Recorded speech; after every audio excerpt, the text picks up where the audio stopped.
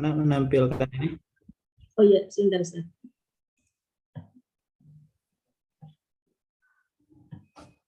Silakan Ustaz. Baik.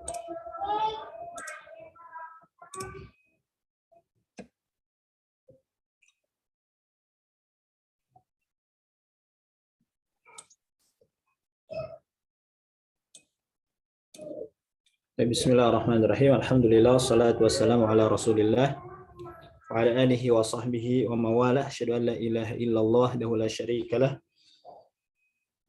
wa asyhadu anna Muhammadan abduhu wa rasuluhu alladzi la nabiyya ba'dah. Amma ba'd. Uhayyikum bi tahiyatil Islam. Assalamualaikum warahmatullahi wabarakatuh. Baik. Insyaallah pada pagi ini kita melanjutkan pelajaran bagan tajwid, yang mana terakhir itu sudah sampai syafatan ya. Terakhir. Iya Ustaz, sudah makharijul huruf di syafatan. Baik. Untuk sekarang kita lanjutkan ke bagian berikutnya untuk mengulang mungkin terlebih dahulu bahwa di bagian makharijul huruf ini sebagaimana yang sudah dijelaskan di pertemuan yang lalu bahwa makharijul huruf ini terbagi menjadi dua, ada yang khas, ada yang am, ada yang terperinci, ada yang am, yang umum ya. Adapun yang terperinci ini jumlahnya 17 sebagaimana perkataan Imam Jazari ya di dalam manzumahnya makharijul hurufi 17. Kemudian yang am ini ada 5 tempat, diantaranya bagian mulut yang ada di mulut kita ya, bagian-bagian. Kemudian di setiap bagian tersebut nanti dirinci lagi menjadi beberapa, dipecah lagi menjadi beberapa bagian sehingga nanti jumlahnya menjadi 17. Ya, sehingga nanti jumlahnya menjadi 17. Baik. Intinya di dalam pembahasan makharijul huruf ini, Ana akan menjelaskan terlebih dahulu nanti aja di akhir mungkin kesimpulannya ya. Baik, ini hanya mengulang terlebih aja dulu. Jadi al-jawf, al-halqu, al-lisan, syafatan, al-khayshu. Al-jawf nanti ada 1 tempat, al-halq itu ada 3 tempat, ya. Kemudian muncul dari al-halq itu 6 huruf dari 3 tempat tersebut. Kemudian al-lisan ini 10 tempat. Nanti 10 tempat tersebut dirinci lagi menjadi 18 huruf. Kemudian di asyafatan berikutnya yang akan kita bahas, udah dibahas ya, 2 tempat diantaranya nanti keluar 4 huruf. Jadi kenapa 2 tempat? Ya karena dari sini huruf tersebut, 4 huruf tersebut memerlukan bantuan 2 bibir, ya, memerlukan bantuan bibir kita, baik keduanya atau salah satunya, maka dikelompokkan menjadi makhraj asyafatan. Kemudian ya yang terakhir mungkin makhraj al-khayshu. Nah, ini jadi 5 bagian makhraj am, makhraj yang am. Terakhir itu bahas sampai al-lisan ya. Al-lisan itu kita bagi lagi menjadi beberapa titik di sini Ana rangkum ya, ini agar lebih mudah lagi. Jadi 4 mungkin aqsal lisan di bagian lidah kita terbagi lagi. Ada aqsal lisan, ada wastul lisan, ada hafatul lisan, ada tarful lisan. Dari aqsal lisan keluar 2 huruf ya. Dan 1 dan keduanya beda. Ya beda kenanya, beda pantulannya atau beda nempel antara bagian aqsal lisannya beda. Makanya keluar 2. Kemudian dari wastul lisan yang nempel tetap sama, cuma cara nempelnya beda. Nah gitu. Jadi nanti bunyi hurufnya jadi beda-beda jim shin ya. Kemudian juga di bagian hafatul lisan ini terbagi menjadi 2, ada hafah secara keseluruhan, ada adna hafatul lisan, ujung pinggir lidah saja yaitu huruf lam. Kemudian lidah bagian torful lisan, ujung lidah ini paling banyak. Jadi paling banyak keluar huruf ini bagian ujung lidah. Di ujung lidah ini paling banyak keluar huruf. Ya. Nun, ra, ta, dal, ta, shad, zai, sin, dha, dal, tha. Ini huruf-huruf yang keluar dari torful lisan. Nah, membenturnya yang beda-beda sehingga nanti menghasilkan bunyi yang beda. Di antaranya ada nun, ro, to, dal, ta, sod, zai, sin, wa, dal, ta dibagi menjadi beberapa kelompok lagi di sini. Ada nun, ro, ada to, dal, ta, zai, sin, ada wa, dal, ta. Baik, itu kita sudah bahas. Kemudian ini rinciannya sudah ya. Nah, berikutnya kita membahas dua bibir. Bagian yang berikutnya di makhraj am yaitu bagian yang keempat, yakni asyafatan, dua bibir. Nah, dari dua bibir tersebut ini terbagi menjadi dua lagi ya. Yang pertama itu bagian kedua bibirnya bertemu. Ya.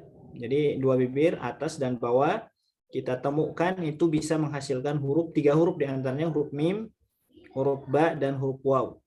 Ya, am, ab, au. Baik. Nah, itu 3 huruf.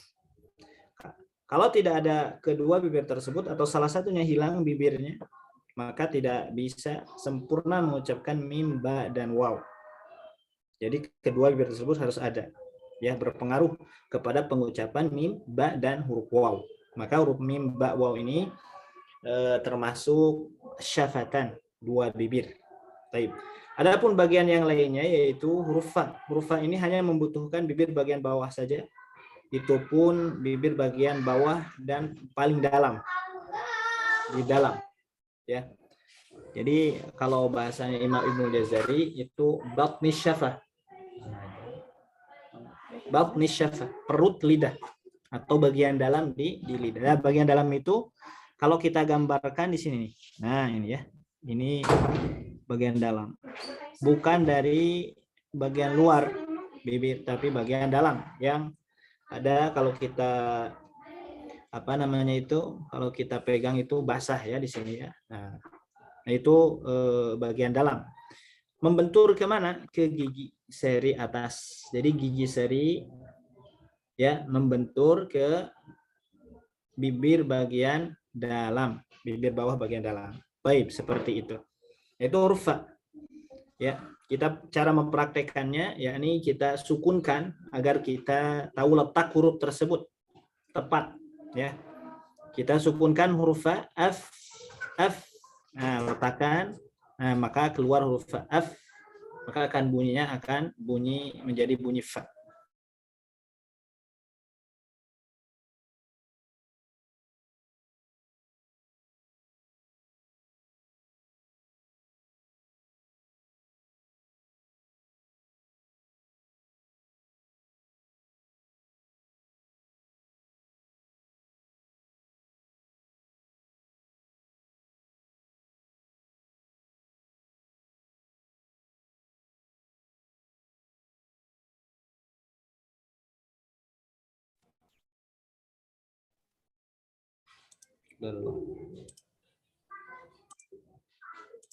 Keluar ya barusan ya, afwan. Ya, mulai lagi. Barusan keluar ya, suaranya nggak ada. Gimana ya? Kembali ke mim, ba dan waw. Ya, mim, ba dan waw ini keluar dari dua bibir. Ya, kita praktekkan disukunkan am, ab dan au. Baik ya. Itu syafatan. Jadi syafatan ini terbagi menjadi 2 jumlahnya. Ya, seperti itu. Kemudian kita lanjutkan ke al-khayshum. Bagian yang terakhir di antara makhraj kita yakni makhraj al-khayshum. Al-khayshum ya. Al-khayshum ini ya, masuk kepada makhrijul huruf. Yakni khayshum ini namanya rongga hidung. Jadi bukan hanya sebatas hidung tapi rongganya. Rongga hidung. Nah, yang keluar dari rongga hidung ini yakni huruf-huruf yang gunnah. Ya, huruf-huruf gunnah. Huruf gunnah ini bersumber dari nun dan mim. Huruf gunnah. Ya, jadi bunyi gunnah ini sumbernya dari nun mim. Sedangkan bunyi sumber mad bersumber dari huruf alif yang asalnya alif, paling dasar alif. Kemudian saudara alif, waw, dan huruf ya. Tapi dengan syarat kalau waw dan ya. Taib, itu bunyi mad. Kalau bunyi gunnah, ini sumbernya dari nun dan mim.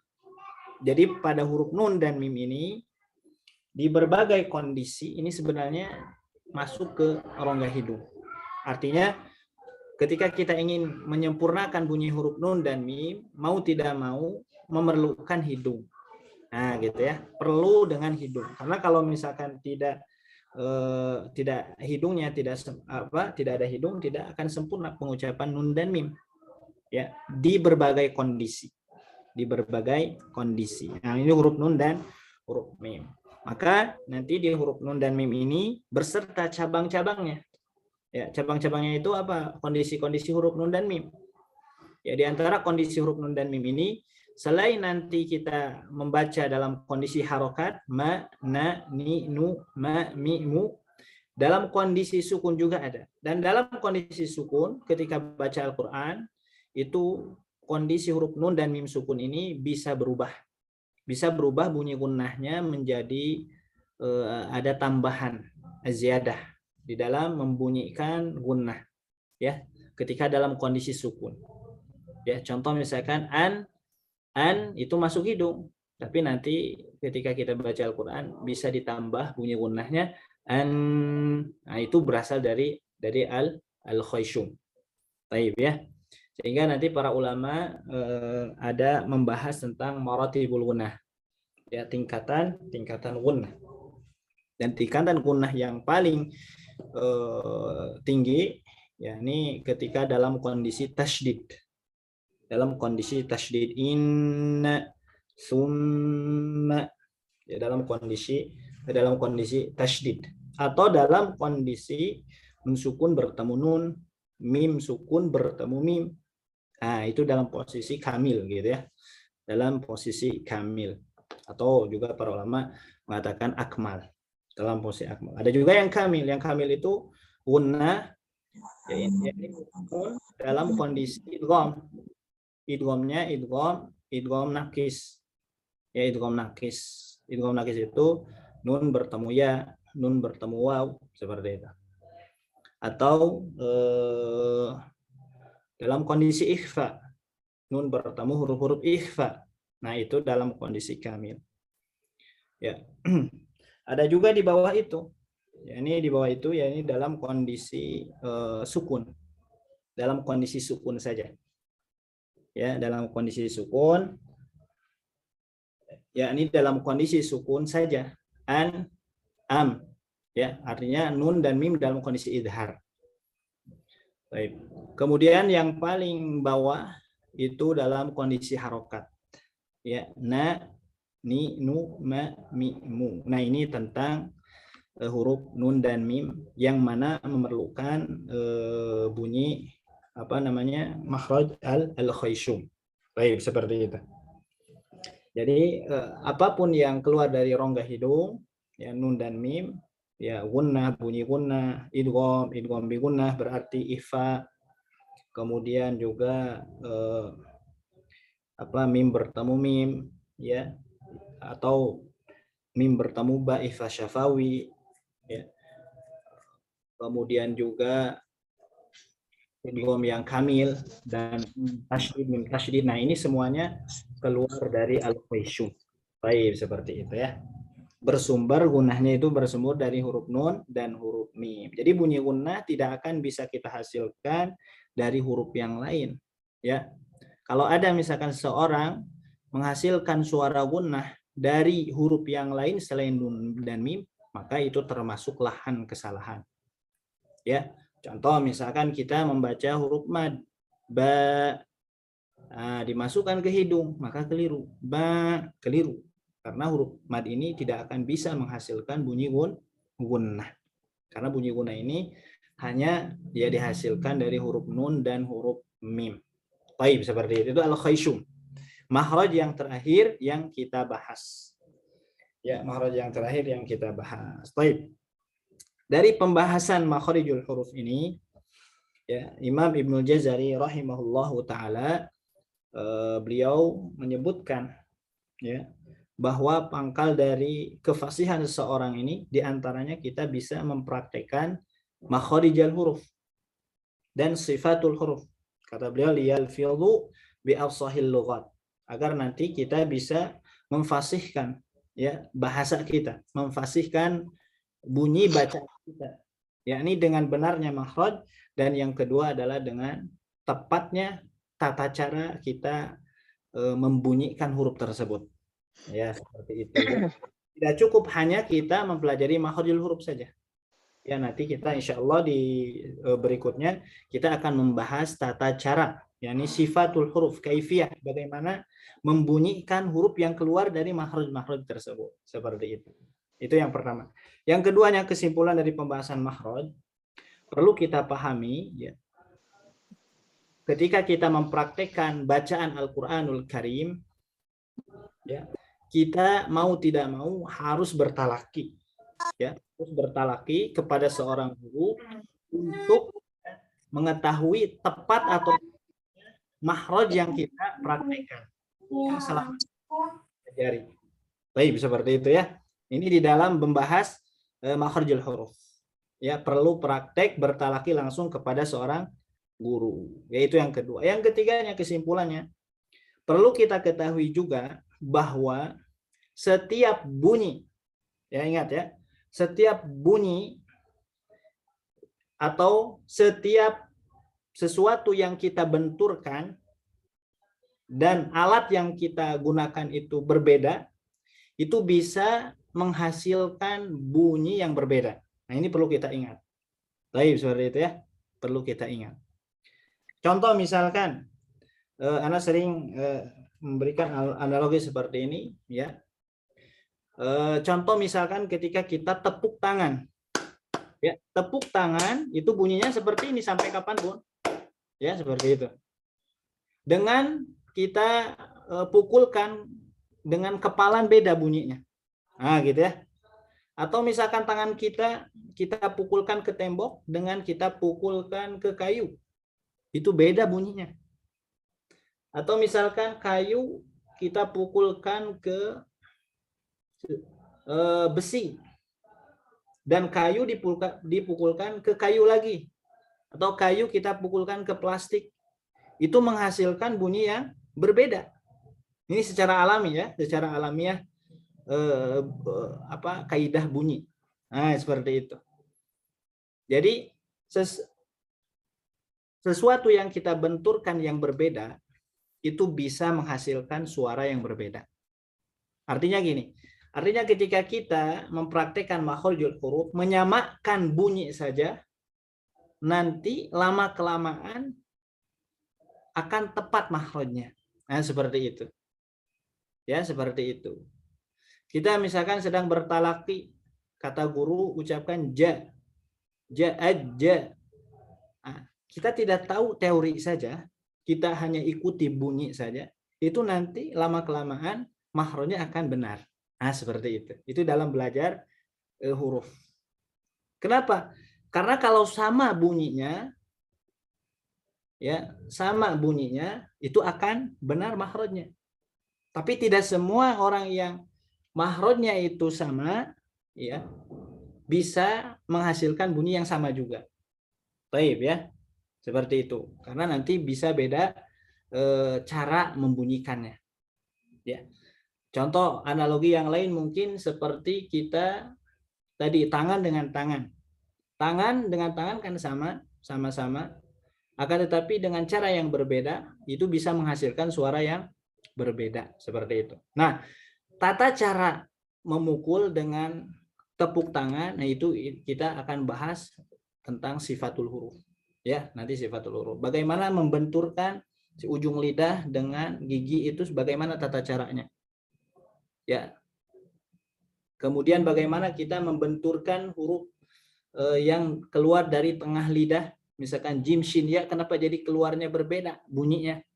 Nah, itu nanti kita bahas sifatul huruf, tata cara membenturkannya yang berbeda. Baik, seperti itu ya. Baik. Jadi kita kalau fokus saja ke bunyi suara, itu bisa mempraktekkan bacaan Al-Quran sebenarnya. Ya, seperti itu. Dan ketika kita bertalaqi Al-Qur'an, ya, kita fokus ke bunyi suara. Bunyi suaranya kita fokus, samakan bunyi kita dengan bunyi guru kita. Karena sering ketika mengajar ke anak-anak itu jarang menjelaskan teori. Kata anak, apa namanya itu, kunci untuk bisa baca Quran itu satu, tirukan suara gurunya. Seperti itu aja. Nanti juga lama-kelamaan mahrojnya akan sempurna. Seperti itu ya. Tapi kita tahu penting juga kita mempelajari teori-teori seperti ini sebagai patokan kita belajar dan untuk mengajarkan kembali. Ya, seperti itu. Dan di dalam makharijul huruf perlu kita ketahui juga yang selanjutnya, kesimpulan berikutnya, belajar makharijul huruf ini begitu mudah sekali, tidak sulit, praktek ataupun teori. Kenapa sangat mudah? Karena apa yang kita pelajari, apa yang kita praktekkan itu sebenarnya sudah terjadi, sudah kita praktekkan selama ini. Ya, tidak ada orang yang membaca huruf jim itu keluar dari ujung lidah, dan itu tidak mungkin. Tidak bisa mengucapkan huruf bunyi jim aj dari ujung lidah, tidak mungkin. Bunyi aj itu asalnya dari tengah lidah, dan tidak bisa kita membunyikan dari selainnya. Baik ya, seperti itu. Misalkan anak suruh kepada ibu-ibu semua, misalkan, coba ibu misalkan ucapkan huruf ba dari tenggorokan misalnya. Itu gak mungkin, la yumkin, tidak mungkin selamanya bisa menghasilkan bunyi ba dari tenggorokan. Itu gak mungkin. Pasti ketika ucapkan ba pasti dari dua bibir. Nah, seperti itu. Itu mudahnya belajar Al-Qur'an ya. Sudah kita praktekkan selama ini. Jadi jangan dibingungkan gitu ya. Insya Allah gampang, insya Allah. Karena di bahasa kita juga sudah ada huruf a di kita dengan a di Arab sama saja, mahrojnya sama. Ya. Kemudian b sama dari dua bibir. Ya, sama di dalam bahasa Arab juga dari dua bibir. Ya mungkin c enggak ada. Ya, c kalau kita kalau kita mahrojkan huruf C di bahasa Indonesia, C yang mungkin keluar dari tengah lidah. Ah gitu ya. Seperti itu. Seperti jim gitu ya, cuma jim kuat gitu. D hampir sama. Cuma ada bedanya kalau huruf di mahrojul huruf di bahasa Arab. Huruf E dari hamzah gitu ya. F ya dari huruf fa. Jadi ada kesamaan, ada kemiripan kalau kita belajar makhraj dengan apa yang kita praktekkan bahasa kita sehari-hari di Indonesia ya, dengan bahasanya ya. Karena yang namanya berbicara itu pasti kita memerlukan perangkat mulut kita ya, pasti gitu. Nah, seperti itu. Dan belajar makhraj itu tidak sesulit kita mempelajari, misalkan suka ada di dalam zaman sekarang itu ada musik yang dihasilkan dari mulut misalkan. Ada ya, musik namanya itu akapela seperti itu ya. Nah, itu tidak sesulit seperti itu. Belajar makharijul huruf itu ya, sangat gampang sekali. Karena sesuai dengan tabiatnya kita sebagai manusia, kita hanya mempraktekkan atau menteorikan apa yang kita praktekkan selama ini.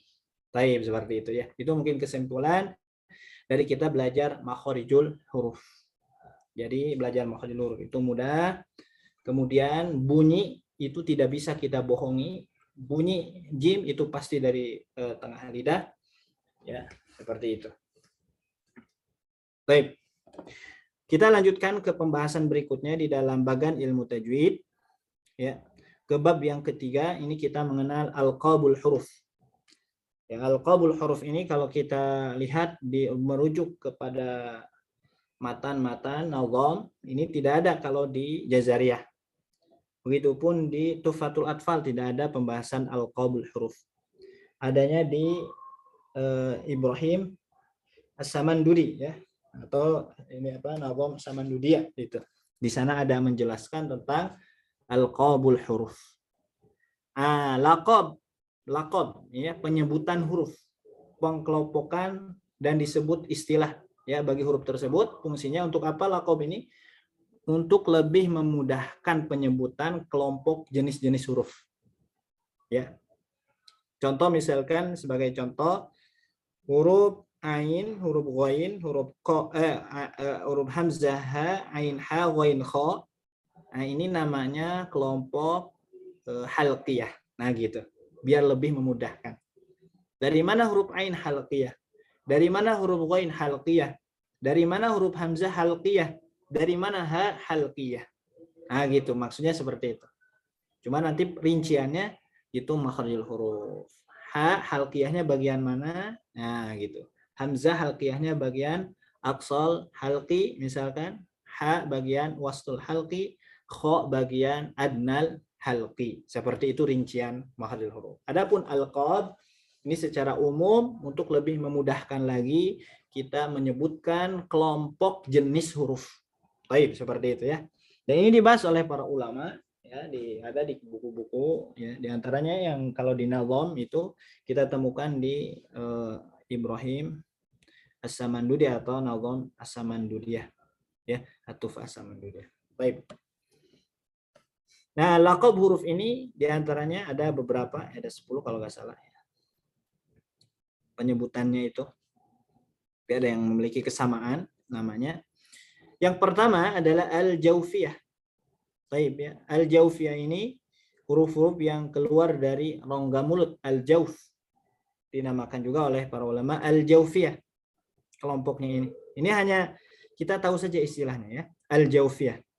Karena kalau rinciannya kan kita belajar makhraj. Disebut al-jawfiyah ini huruf-huruf mad atau disebut juga hawaiyah. Ya, hawaiyah, al-jawfiyah ini namanya beda tapi sama yaitu huruf-huruf mad. Jadi huruf mad ini oleh para ulama digelari, diistilahkan huruf jawfiyah atau hawaiyah. Al-hawaiyah. Baik. Kemudian berikutnya, laqab berikutnya yaitu diberikan kepada huruf-huruf yang keluar dari tenggorokan, yakni hamzah, ain, ha, ghain, kha dinamakan huruf halqiyah. Halqiyah. Dinamakan huruf halqiyah. Jadi ini untuk lebih memudahkan belajar saja ya, penyebutan. Dari mana huruf ain? Kita tidak mengucapkan ain itu di tengah tenggorokan, tapi kita ucapkan saja ain itu halqiyah. Gitu, huruf halqiyah. Nah, gitu ya. Tapi nanti secara pengucapannya harus benar. Baik. Kemudian selanjutnya al-lahawiyah. Ya, al-lahawiyah. Al-lahawiyah ini sebutan untuk huruf qaf dan kaf. Ya, sebutan untuk huruf qaf dan huruf kaf. Kenapa dinamakan lahawiyah? Karena keluar dari dekat anak lidah. Ya, elak-elakan itu ya, dari anak lidah. Nah, maka dinamakan dengan lahawiyah. Al-lahat itu anak lidah ya. Al-lahat itu anak lidah. Maka dinamakan oleh para ulama itu huruf lahawiyah, yaitu qaf dan kaf. Jadi kalau ada yang mengatakan apa huruf laqab sebutan untuk qaf dan kaf, lahawiyah. Nah, gitu ya. Kenapa? Karena keluar dari dekat ya anak lidah. Kemudian syajariyah. Syajariyah. Laqab berikutnya asy-syajariyah. Ini diberikan kepada laqab untuk penyebutan huruf jim, shin, ya. Dinamakan huruf syajariyah. Secara bahasa itu syajariyah itu syajrul lisan, yakni pohon lidah gitu ya. Pohon lidah atau tengah lidah, lidah bagian tengah, pertengahan.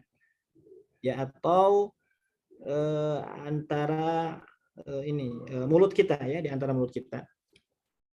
Ya, kalau kita bagian mulut ya, maka bagian mulut kita itu ada bagian ujung ke ujung. Nah, gitu ya.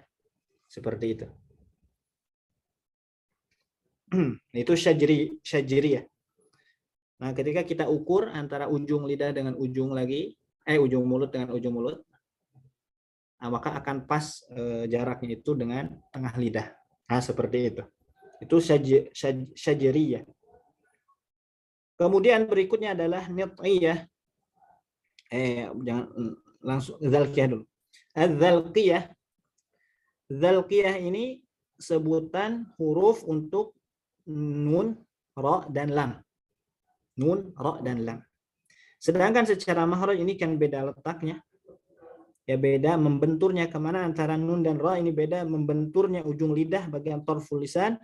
Kalau nun tarful lisan ini Allah punggung ujung lidah. Kalau ra. Kalau lam ini hafatu adna hafatil lisan. Beda ya makhrajnya, akan tetapi diistilahkan oleh para ulama ketiga huruf ini huruf dzalqiyah.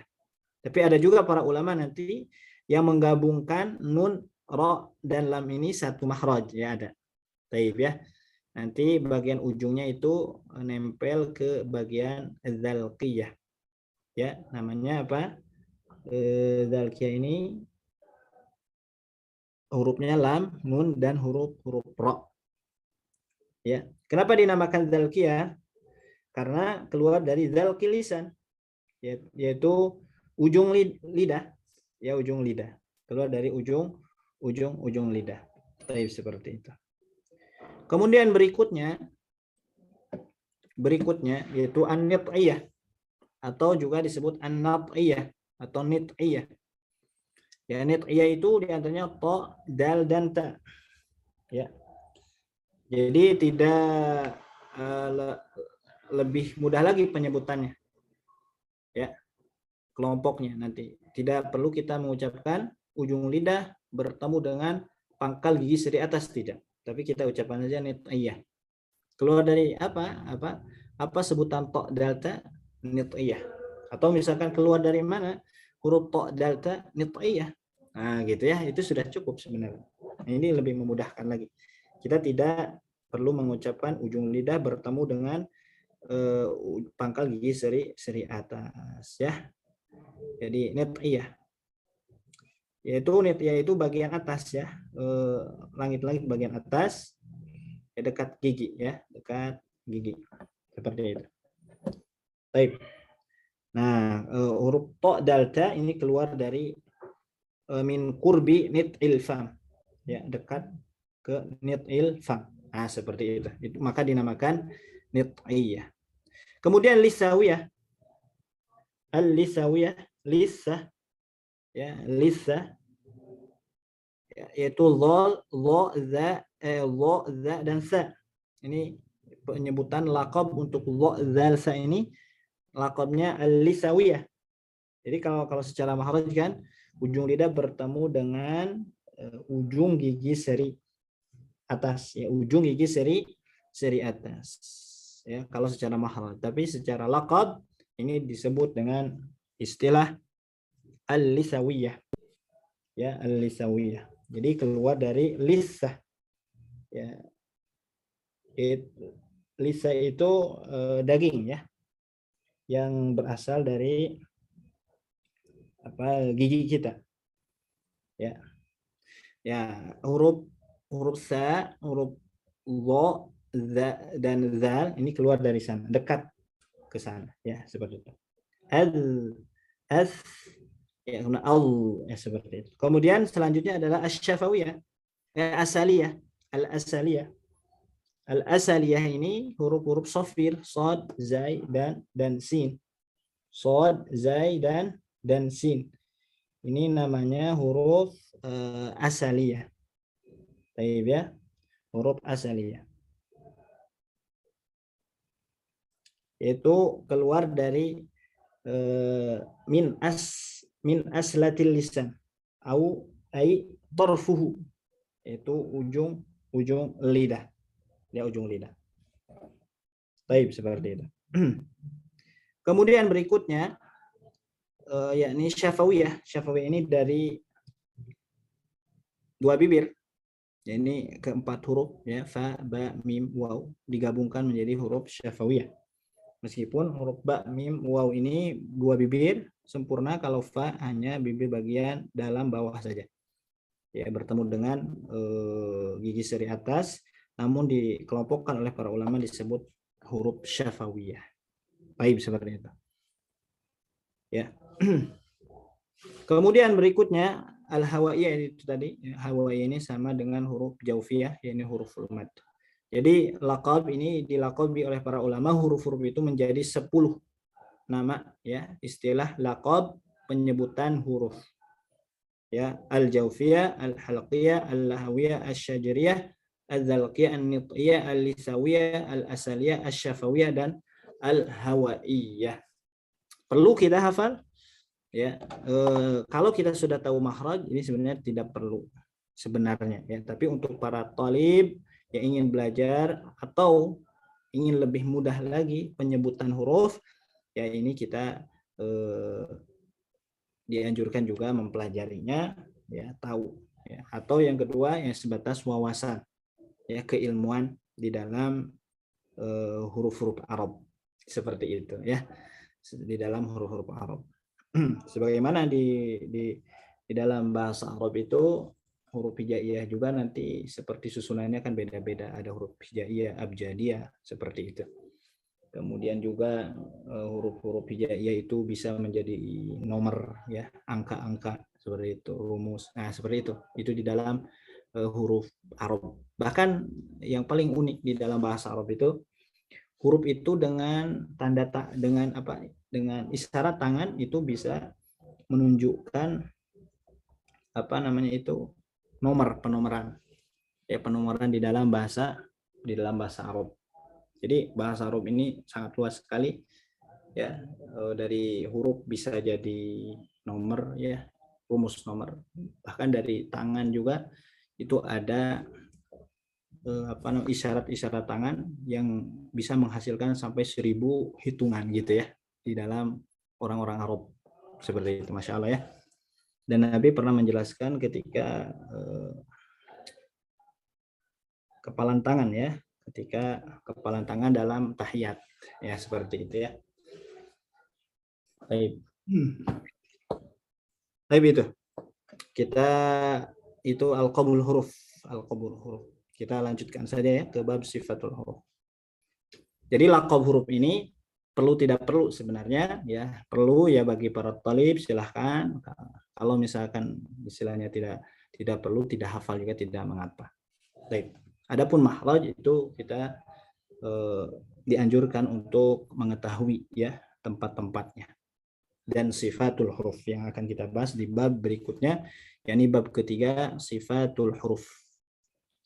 Apa itu sifatul huruf? Sifatul huruf ini adalah secara definisi sifat ini karakter, kaifiyah, tata cara, ya. Sifat itu karakter, ya. Setiap orang, setiap benda itu ada karakter masing-masing, ya, seperti itu. Seperti misalkan besi karakternya keras, misalkan, atau misalkan kayu ada yang keras, ada yang tidak, gitu, ada yang keropos. Nah, itu karakter, ya. Kayu dengan triplek beda lagi nanti karakternya. Tembok dengan tembok dengan keramik beda lagi karakternya. Pokoknya setiap benda itu ada karakternya masing-masing, ya. Manusia juga sama, memiliki karakternya masing-masing. Setiap orang berbeda-beda, ya. Karakter dari segi hisiah, dari segi fisik, mungkin ada yang kulitnya putih, ada yang hitam, ada yang matanya sipit, ada yang tidak, ada yang keriting, ada yang tidak, ada yang hitam rambutnya, ada yang merah, mungkin kemerah-merahan, ya. Itu karakter, itu sifat. Dari segi akhlak mungkin juga beda-beda nanti karakternya, ada yang jujur, ada yang pembohong, ada yang adil, ada yang tidak adil, misalkan, ya, seperti itu. Nah, itu karakter, sifat. Begitupun huruf-huruf hijaiyah ini memiliki karakter, kaifiyah, atau kita terjemahkan lagi kaifiyah, tata cara, ya, tata cara bagaimana kita mengeluarkan, membunyikan huruf tersebut. Jadi tidak cukup dengan makhraj saja. Makanya ada istilah dari Imam Ibnu Jazari di dalam kitab An-Nasyr, ketika ada huruf yang makhrajnya sama, maka bedakan dengan sifat, dengan karakternya. Tapi kalau ada huruf yang karakternya sama, bedakan dengan makhraj. Seperti itu, ya. Seperti contoh jim, shin, ya, itu makhrajnya sama. Bedakan dengan karakter, tata caranya akan beda bunyinya. Seperti tadi Ana analogikan lagi ke seperti kita memukul benda kayu dengan kayu, ya, atau tangan dengan tangan, ya, dengan beda cara mukulnya bisa menghasilkan bunyi yang berbeda. Nah, gitu ya. Suara tepukan dengan pukulan itu beda, tangan dengan tangan. Ya, seperti itu. Baik, memukul ke kepala, memukul ke perut, beda bunyinya lagi. Memukul ke kepala dengan tamparan, dengan pukulan, beda bunyinya lagi. Seperti itu. Ya. Atau menggesekkan tangan kita ke kepala misalkan, beda bunyinya lagi. Ya, itu tata cara. Ya. Memukulkan dua benda atau membenturkan dua benda yang sama dengan tata cara yang berbeda itu bisa menghasilkan suara yang berbeda. Baik. Ya. Bunyi pensil dipukulkan ke meja, dijatuhkan, suaranya akan beda dengan kita gesekkan. Akan beda lagi ketika kita misalkan dibenturkannya bagian ujungnya saja dengan keseluruhannya, akan beda, menghasilkan bunyi yang berbeda. Nah, itu tata cara, dan itu secara alamiah tabiiyah yang terjadi di kehidupan kita. Ya, seperti itu, bunyi itu menghasilkan bunyi. Baik. Nah, begitupun huruf hijaiyah sama, ya. Ketika kita ingin membenturkan antara lidah dengan langit-langit, antara lidah dengan gigi kita, dengan gigi, antara lidah, antara ujung lidah dengan gigi bagian bawah atau dengan atas, antara tengah lidah dengan langit-langit atas, ya, antara pangkal lidah dengan langit-langit atas, antara organ-organ yang ada di tenggorokan kita benturkan ke organ yang lain. Nah, maka itu akan menghasilkan bunyi yang berbeda. Ditambah lagi nanti tata cara membenturkannya ini beda, maka akan menghasilkan bunyi yang berbeda. Intinya seperti itu. Ya, intinya seperti itu. Baik, mempelajari sifatul huruf. Ya, huruf di sifat itu karakter. Adapun huruf itu, ya, yang kita bahas di sini yakni huruf-huruf hijaiyah, huruf Arab, bukan huruf-huruf di luar Arab, gitu ya. Bukan huruf bahasa Indonesia, bukan huruf abjad orang Indonesia ABC, bukan. Kita juga tidak membahas huruf bahasa yang lain, bahasa Inggris, bahasa Cina, bahasa Korea, Jepang, tidak. Kita sedang membahas tentang huruf-huruf hijaiyah, ya, huruf-huruf hijaiyah. Dan yang dibahas di huruf hijaiyah juga yang masuk ke pembahasan sifatul huruf itu, ya, mulai dari huruf hamzah, ba, ta, sa, jim, ha, kha sampai ke ya yang 28. Adapun huruf alif ini tidak ada sifatnya, karakternya, karena huruf alif ini huruf mad. Baik, seperti itu. Jadi kalau ditanya huruf alif sifatnya apa, tidak ada. Ya, huruf alif itu tidak ada sifatnya. Baik. Nah, itu. Kemudian selanjutnya kita bahas tentang faidah. Ya, faidah kita mengetahui sifatul huruf. Yang pertama, faidah yang pertama itu bisa membedakan huruf yang sama makhrajnya. Nah, tadi sudah dijelaskan, ya. Jadi faidah yang pertama itu bisa membedakan huruf yang sama makhrajnya. Ya, jim, shin, ya beda dengan sifat. Ta, dal, to dibedakan dengan sifat. Zal, sa, lo dibedakan dengan sifat. Sod, zai, sin dibedakan dengan sifat. Ain, ha dibedakan dengan sifat. Hamzah dengan sifat pula. Kha, ghain dengan sifat. Ya, jadi untuk membedakan huruf yang sama makhrajnya. Baik, seperti itu. Yang kedua adalah mengetahui huruf yang kuat dan lemah. Baik, ya. Ketika kita belajar sifat, nanti kita akan tahu mana huruf yang kuat, mana huruf yang lemah. Istilahnya ada yang qawi, ada yang dhaif, ada yang aqwa, ada yang ad'af. Ada yang paling kuat, ada yang paling lemah di antara huruf-huruf hijaiyah. Nanti kita belajar, insya Allah. Nah, untuk apa mempelajari kuat lemahnya sebuah huruf? Ya, salah satu fungsinya itu nanti untuk idgham. Ya, untuk idgham. Terjadinya idgham, diidghamkan jadi kamil atau nakis. Idgham kamil nakis itu dikarenakan salah satu sebabnya itu karena kuatnya huruf atau lemahnya huruf tersebut. Baik, seperti itu. Contoh misalkan basalta, kita baca basalta itu idgham, idghamnya idgham nakis.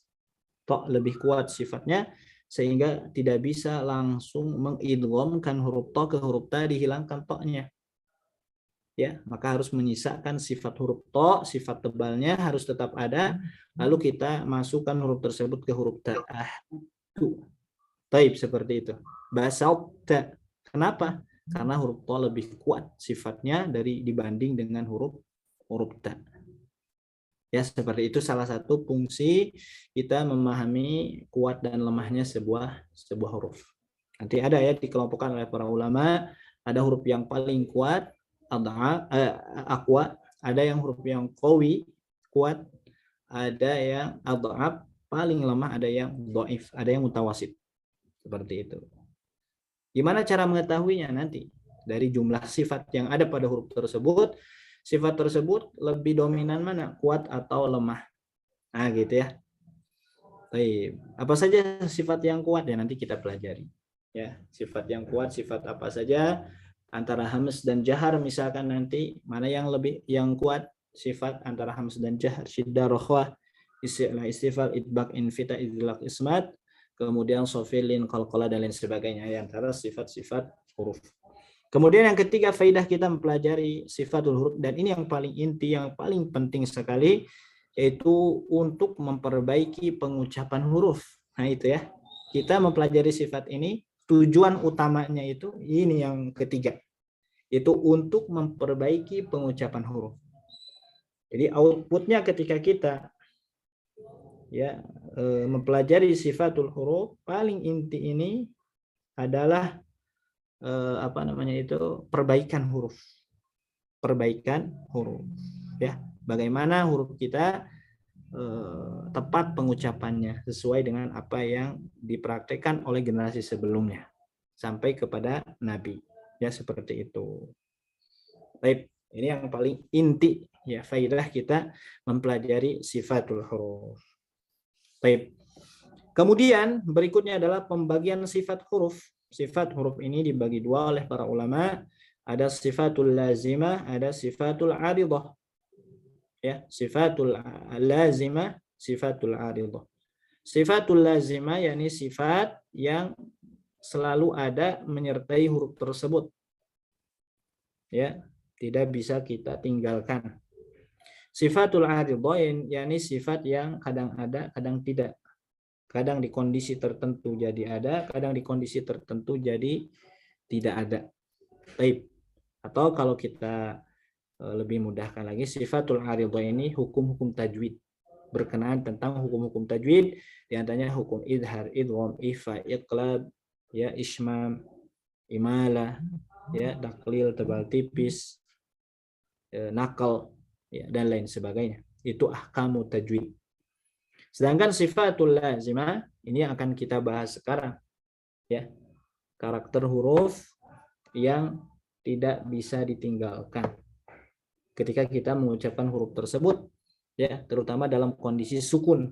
Dalam kondisi sukun ini, ya, semua huruf kembali ke asal dan sifatnya muncul semuanya ketika dalam kondisi sukun. Maka para ulama zaman dulu ketika ingin mengetahui makhraj dan sifat sebuah huruf, mereka memposisikannya menjadi sukun. Baik ya, seperti itu. Menjadi sukun. Nah, itu sifatul lazimah. Sifatul lazimah ini semuanya ada 17 ditambah 1 mungkin 18 tawasud. Ada juga nanti khilaf para ulama, ada yang menambahkan sifat khofa, ada yang menambahkan sifat gunnah masuk kepada sifatul huruf, ada ya, seperti itu. Tapi kalau kita merujuk ke pendapatnya Imam Ibnu Jazari, itu ada 17 ditambah 1 mungkin 18 yang tawasud seperti itu. Baik, sifatul lazimah terbagi menjadi dua, ada yang berlawanan, ya, laha diddun. Jadi setiap huruf itu memiliki lawan, setiap sifat memiliki lawan. Satu sifat ada lawannya. Kalau huruf tersebut masuk ke sifat yang satunya, maka huruf yang tidak ada di sifat yang satu itu pasti masuk ke kelompok yang lawannya. Nah, seperti itu. Itu laha diddun. Ada 5 sifat beserta lawannya berarti ada 10. Ya, berserta pasangannya berarti ada 10 seperti itu. Baik, kemudian yang kedua adalah laisa laha diddun. Ya, laisa laha diddun.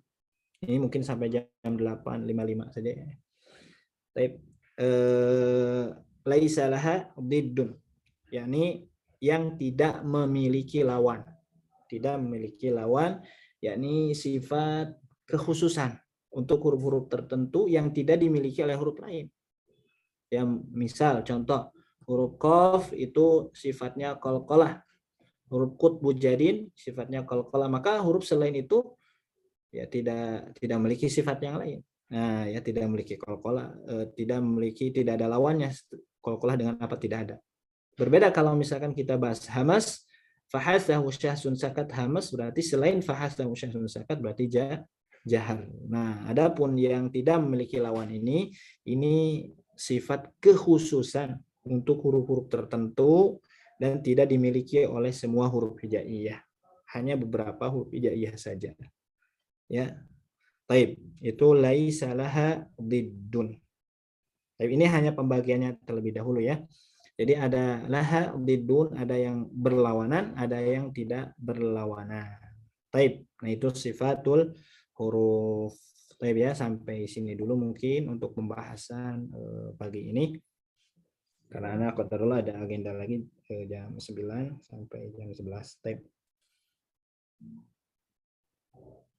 Baik Ustaz, jazakumullah khairan katsiran untuk ilmunya hari ini. Barakallahu fikum. Taib. Ada pertanyaan? Satu yang Ana lihat di room chat Ustaz, tentang al-qaf huruf tadi, pembahasan tentang al-qaf huruf, apa bedanya antara Jaufiyah ya? Jaufiyah dengan Hawaiyah? Sebenarnya sama-sama aja sih. Hawa itu kan bunyi ya, bunyi suara gitu ya, hawa, angin ya.